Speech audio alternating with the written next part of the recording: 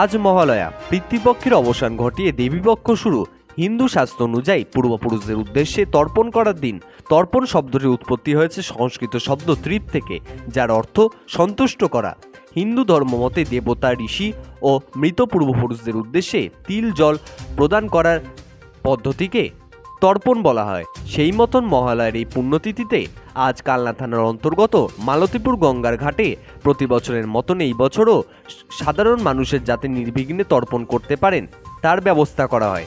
আজ এখানে উপস্থিত ছিলেন পূর্ব বর্ধমান জেলার মেমারির বিধায়ক মধুসূদন ভট্টাচার্য, পশ্চিমবঙ্গ সরকারের প্রাণী সম্পদ বিকাশ দপ্তরের মন্ত্রী স্বপন দেবনাথ, রাজ্য তৃণমূল ছাত্র পরিষদের সহসভাপতি ডক্টর রেজাউল ইসলাম মোল্লা, কালনা থানার আইসি সুজিত ভট্টাচার্য সহ বিশিষ্ট জনেরা। আজ সকাল 8:30 নাগাদ মন্ত্রী স্বপনবাবু এখানে এসে উপস্থিত হন। এখানে এসে প্রথমে তিনি পুরো পরিস্থিতি খতিয়ে দেখেন এবং শেষে জলে নেমে তার পরলোকগত পূর্বপুরুষদের উদ্দেশ্যে তর্পণ সেরে নেন। তর্পণ সেরে তিনি দুস্থ মানুষদের কিছু চাল এবং কিছু অর্থ দিয়ে সাহায্য করেন। আজ এখানে এসে তিনি কি জানালেন শোনাবো। কালনা থেকে সৈয়দ জাফরের রিপোর্ট, যুগান্তর সংবাদ। বর্ধমান জেলার বিভিন্ন প্রান্তের মানুষ এই ঝাড়গ্রামের যে ঘাট মালতীপুরে গঙ্গার ঘাটে তর্পণ করতে আসে। আমরা তৃণমূল কংগ্রেসের পক্ষ থেকে প্রতি বছর এই মহালয়ার দিনে বর্ধমান জেলার মানুষকে মুখ্যমন্ত্রী মমতা বন্দ্যোপাধ্যায়ের পক্ষ থেকে, অভিষেক বন্দ্যোপাধ্যায়ের পক্ষ থেকে মানুষকে আমরা যারা এখানে তর্পণ করতে আসছেন তাদের আমরা শারদীয়ার শুভেচ্ছা, প্রণাম, শ্রদ্ধা সবাইকে আমরা জানাই। সেই সঙ্গে আমরা মানুষকে সতর্ক করি, এবারে জলস্ফীতি হয়েছে যাতে কোনো ধরনের দুর্ঘটনা না ঘটে মানুষকে সতর্ক আমরা করি, এখান থেকে ক্যাম্প করি। এবং সেই সঙ্গে আমরা সবাই থাকি। আমাদের পঞ্চায়েত সমিতির সভাপতি সব নিয়ে এসেছেন, চঞ্চল সিংহ রায় কর্মাধ্যক্ষ, বিমল প্রধান, অশোক উপপ্রধান, সৌমিত্রবাবু, প্রমীলা প্রধান, সবাই আমরা এখানে কিন্তু সকাল থেকে।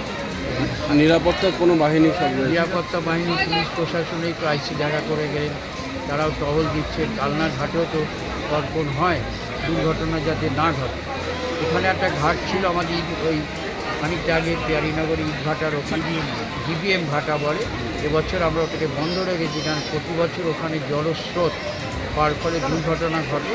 তার জন্য সতর্কতামূলক ব্যবস্থা ঝাড়গ্রাম পঞ্চায়েত গ্রহণ করেছে। এখানে মূলত মানে কোথা কোথা থেকে লোকজন স্নান করতে আসে? এখানে ধরুন একেবারে বর্ধমান জেলার ওই প্রান্ত থেকে একেবারে চিত্রাঞ্চল বলুন আসে, বরাকর থেকেও আসে, বর্ধমান থেকেও আসে, মেমারি থেকেও আসে, খণ্ডঘোষ রায়না থেকেও আসে।